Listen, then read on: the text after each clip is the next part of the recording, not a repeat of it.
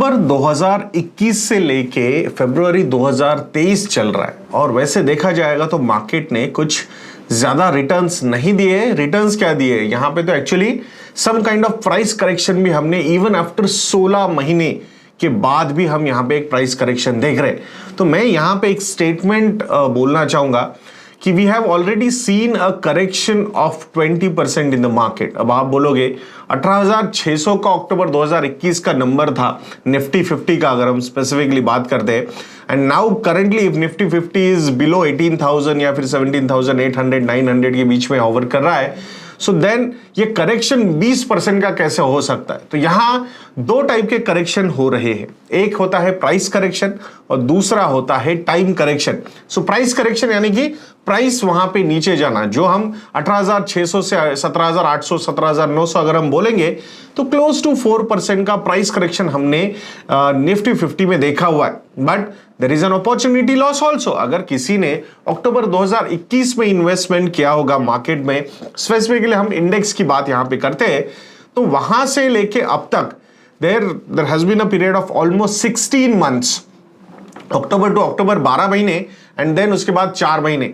सो अगर मैं equity market से नॉमिनल जीडीपी ग्रोथ रेट के हिसाब से 7% का जीडीपी ग्रोथ, 5% का इन्फ्लेशन, अगर 12% का नॉमिनल जीडीपी ग्रोथ के हिसाब से मैं इक्विटी के रिटर्न्स भी 12% कंसिडर करता हूं, तो 16 महीने में मेरे लिए अपॉर्चुनिटी लॉस हुआ 16% का। So that is a time correction we are seeing, and plus उसके ऊपर 4% का प्राइस करेक्शन का तड़का अगर हम लगा दे, सो टोटल करेक्शन ऑफ 20%। सो अब बहुत सारे नए इन्वेस्टर्स मार्केट में आए हैं। स्पेसिफिकली जब हमने देखा था 2021 जो एक फेनोमिनल ईयर रहा मार्केट्स के लिए, बहुत सारे न्यूबी इन्वेस्टर्स भी आए, उनके लिए भी काफी फेनोमिनल वो ईयर रहा। और फिर 2022 आया, एक करेक्शन हमने देखा, टाइम करेक्शन, प्राइस करेक्शन दोनों देखा, और अब 2023 में भी यही कहानी दोहराती हुई नजर आ रही है। क्यों, ऐसा क्यों लग रहा है? Because there are lot of uncertainties. अगर इंटरेस्ट रेट हाइक्स की हम बात करेंगे ग्लोबली या फिर इन्फ्लेशन के नंबर्स के बारे में बात करेंगे, so there are uncertainties and उसका इंपैक्ट ओवरऑल इकोनॉमीज पे भी रहेगा और मार्केट्स पे भी रहेगा। जब तक इन्फ्लेशन हायर लेवल पे रहेगा तब तक interest rate hikes developed world में चलती रहेगी। सबसे ज्यादा मार्केट कंसर्न है फेडरल रिजर्व की रेट हाइक से। सो वो जब डाउनवर्ड ट्रेंड शुरू करेंगे तो it will be a very positive thing.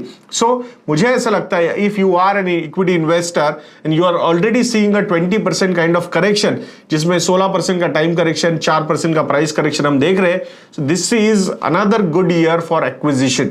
ऐसा मुझे यहां पे बहुत स्ट्रांगली लगता है, इसीलिए सिस्टमैटिक इन्वेस्टिंग जो है वो आपकी चलती रहनी चाहिए। सो थोड़ा मोटिवेशनल डिस्कशन पहले इस 1-2 मिनट में मैंने करने की कोशिश यहां पे की है। अब स्टॉक स्पेसिफिक न्यूज के बारे में बात करेंगे, जहां पे कुछ मूवमेंट्स हुए हैं या फिर कुछ न्यूज आई है उस पे हम देखते हैं। सो IEX ये जो कंपनी है उसका स्टॉक आज 4% से ऊपर गया है, 4.2% से ये ऊपर हुआ। ऐसा क्या हो गया? सो गवर्नमेंट ने एक ऑर्डर निकाला है कि कोल बेस्ड पावर प्लांट्स जो है सो वो अब अपनी फुल कैपेसिटी पे रन कर सकते हैं। इंपोर्टेड कोल के साथ भी वो चीजें की जा सकती है। सो ऑब्वियसली अगर पावर प्रोडक्शन बहुत ज्यादा होगा तो वहां पे डिमांड सप्लाई के इक्वेशंस थोड़े से खराब हो सकते हैं। कहीं कहीं सप्लाई ज्यादा हो सकता है, कहीं कहीं डिमांड ज्यादा हो सकती है, तो फिर पावर ट्रेडिंग मैकेनिज्म्स काफी यूजफुल हो सकते हैं। So in the month of April the power demand is going to peak at 229 gigawatts.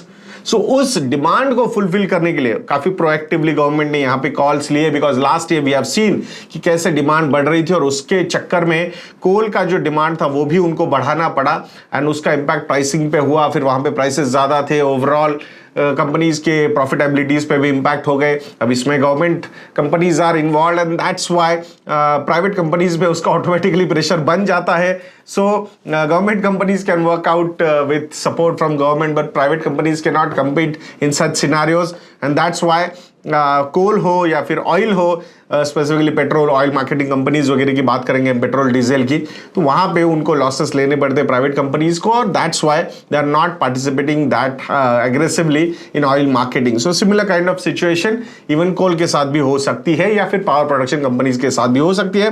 But अभी थोड़ा प्रोएक्टिव डिसीजन गवर्नमेंट की तरफ से लिया गया है and that is a positive news for IEX. Why only IEX? Even Tata Power के लिए भी अच्छी न्यूज है, because ultimately उनके जो कोल बेस्ड पावर प्लांट से जो लोअर कैपेसिटी पे चल रहे थे, वहां पे भी फुल कैपेसिटी पे अगर वो चलेंगे तो पावर प्रोडक्शन ज्यादा होगा एंड आने वाले 2 क्वार्टर्स काफी अट्रैक्टिव लग सकते हैं इन कंपनीज के लिए, एंड दैट्स व्हाई मार्केट ने थोड़ा सा थम्स अप यहां पे दिया है. But from the long term point of view IEX के लिए शायद ये हो सकता है थोड़ा सा शॉर्ट टर्म में मतलब ये पॉजिटिव न्यूज हो, and ultimately long term point of view से डिमांड सप्लाई के इक्वेशंस थोड़े से रहेंगे ही खराब, तो उस एंगल से पावर ट्रेडिंग होता रहेगा. बाकी टाटा पावर के लिए इस पर्टिकुलर न्यूज की वजह से अगर स्टॉक ऊपर गया है, so it's a typically short term news driven stock rally है, तो उसमें हम ज्यादा इंटरेस्टेड नहीं होना चाहते. इफ टाटा पावर की तरफ आप देखना चाहते हो as a long term investor, then उनके जो क्लीन एनर्जी, ग्रीन एनर्जी के जो इनिशिएटिव्स है, जहां पे आने वाले 5 सालों में $10 बिलियन की इन्वेस्टमेंट्स वो करना चाहते हैं. So I think that is one reason जिसके लिए टाटा पावर को हमने फोकस करना चाहिए, नॉट कि भाई ये न्यूज आई है और उसकी वजह से एक पॉजिटिव एटमॉस्फेयर क्रिएट हुआ है and people wants to invest in that. So that will not be a right thing to do, ऐसा यहां पे लगता है. अब रिलायंस इंडस्ट्रीज के बारे में बात करेंगे. सो आज रिलायंस इंडस्ट्रीज के ऊपर भी या फिर क्रूड ऑयल के ऊपर नोमिरा की एक रिपोर्ट आई है जिसमें उन्होंने बोला है कि कौन सी कंपनीज है जिसको इसका फायदा हो सकता है. ये जो क्रूड ऑयल की डिमांड जो है इस साल काफी अच्छी हो सकती है. 101.9 मिलियन बैरल्स पर डे की डिमांड इस कैलेंडर ईयर 2023 में हो सकती है. ये डिमांड पीक होने वाली है. उसके पीछे का रीजन क्या है? उसके पीछे का रीजन सबसे बड़ा है चाइना में जो नॉर्मलसी आ रही है, जो इंक्रीमेंटल डिमांड आ रही है ऑयल की, क्रूड ऑयल की, उसमें से 45% demand is coming from China.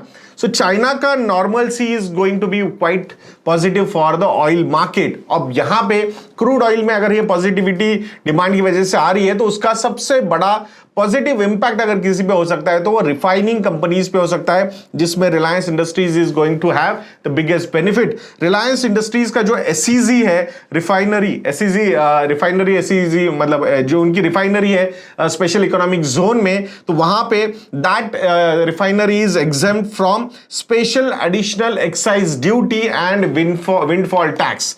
तो जो ये गवर्नमेंट ने टैक्स लगाया था, विंडफॉल टैक्स, एंड जो एक स्पेशल ड्यूटी भी उस पे लगाई थी, तो वो वहां पे नहीं रहेगी, वो वेव ऑफ की गई है, and that's why this is going to be a very very positive thing for Reliance Industries. But again Reliance Industries पे if you are focusing as a long term investor, I understand for the next decade ये crude oil का refining का business है, वो काफी अच्छा cash flow generating business रहेगा. But if you want to look at Reliance Industries, तो you need to analyze their geo business, that is telecom business, retail business also, and green energy में जो उन्होंने initiatives लिए हुए हैं. So those are the businesses which are future cash flow businesses, and that's why it's always better if you want to be a long term shareholder in Reliance Industries, you need to be looking at those businesses जो उनके future cash generating machines बन सकते हैं. Already telecom हो या retail हो, उसने तो मतलब कैश जनरेट करना भी शुरू कर दिया है. So that's a positive sign. So overall Reliance Industries के लिए उस न्यूज का एक पॉजिटिव इंपैक्ट हो सकता है. वैसे उन्होंने बोला है रिफाइनिंग पॉइंट ऑफ व्यू से दे सी अराउंड 15 to 20% यहां से प्राइस बढ़ सकती है, स्टॉक प्राइस बढ़ सकती है, ऐसा उनका कहना है. बट उसको सिर्फ वही न्यूज देख के इन्वेस्ट करना will not be a right thing, because उसमें उन्होंने बाकी बिजनेसेस रिलायंस इंडस्ट्रीज के बारे में कुछ बोला नहीं है. अब एयरटेल के बारे में बात करेंगे. सो एयरटेल ने 2 सर्कल्स में, महाराष्ट्र एंड केरला सर्कल्स में प्रीपेड जो उनके सिम कार्ड्स है, तो वहां पे मिनिमम रिचार्जेस के प्राइसेस बढ़ा दिए हैं, और ये consistently in each and every circle they are increasing the tariffs. So clear vision लेके चल रहा है एयरटेल कि एवरेज रेवेन्यू पर यूजर उनको यहां पे बढ़ाना है, and now the focus will be completely on profit increase और प्रॉफिटेबिलिटी की ग्रोथ होनी चाहिए, मार्जिन इंप्रूव होने चाहिए. एंड कंपटीशन ने भी ये समझ लिया है कि now it is not the time to again have price wars. It's better now they need to focus on the profitability angles also. As a consumer, as a customer, हमारे लिए वो थोड़ा सा निगेटिव हो सकता है, but if you are a share holder then it is going to be a positive thing. Even जो companies है गोल्डमैन सैक्स हो या फिर I think if I am not wrong Morgan Stanley हो, तो उन्होंने मतलब out performance ratings and buy ratings दी हुई है इस कंपनी के लिए। So institutional investors, big institutional investors, if they are supporting the company, so obviously stock price में थोड़ा बहुत उछाल आ सकता है। But from the long term point of view we should not only depend on those reports, but overall ground reality is also suggesting the same thing कि dependency जो है हमारी इन कंपनीज पे वो बहुत ज्यादा है। And now everybody understood that कि प्राइस वॉर का टाइम खत्म हो चुका है। Now it is the time to make profits, so that's a good news for the telecom sector. दो इसमें से वोडाफोन आइडिया सर्वाइव कर पाएगा नहीं कर पाएगा ये तो आने वाला समय ही बताएगा। When the debts are so high, मतलब I was reading the numbers, 2.28 lakh crore rupees की डेट है वोडाफोन आइडिया पे। So I was just curious, मैंने वो कंपेयर किया था कि अडानी ग्रुप की डेट भी ऑलमोस्ट उतनी ही है। तो वहां पे लोगों ने बोला था कि अरे अडानी ने बैंक से पैसा लिया हुआ है बट इनके तो गवर्नमेंट के ड्यूज है। Debt is a debt, ultimately अगर उसके रीपे करना है तो करना है। सो वेव ऑफ तो फिर तो मतलब लॉस तो हर एक का हो सकता है, फिर वो फाइनेंशियल इंस्टीट्यूशन हो या फिर गवर्नमेंट हो। सो लेट्स सी क्या होता है। सो बट मुझे ऐसा लगता है डिओपॉली होके ही रहेगी इस टेलीकॉम इंडस्ट्री में, और ये दोनों companies will be there for the real long term, and that's why these two companies, Reliance Jio हो या फिर एयरटेल हो, ये आपकी रडार पे होनी चाहिए, ऐसा मुझे यहाँ पे लगता है। बिकॉज डेटा कंजम्पशन जो है वो हाईएस्ट है, per capita data consumption is highest in India, and that's why now जो बोलते हैं ना 3 बेसिक नीड्स जो होती है, फूड, शेल्टर, क्लोथ्स, तो उसके साथ अब हमें डेटा भी उसमें जोड़ना पड़ेगा।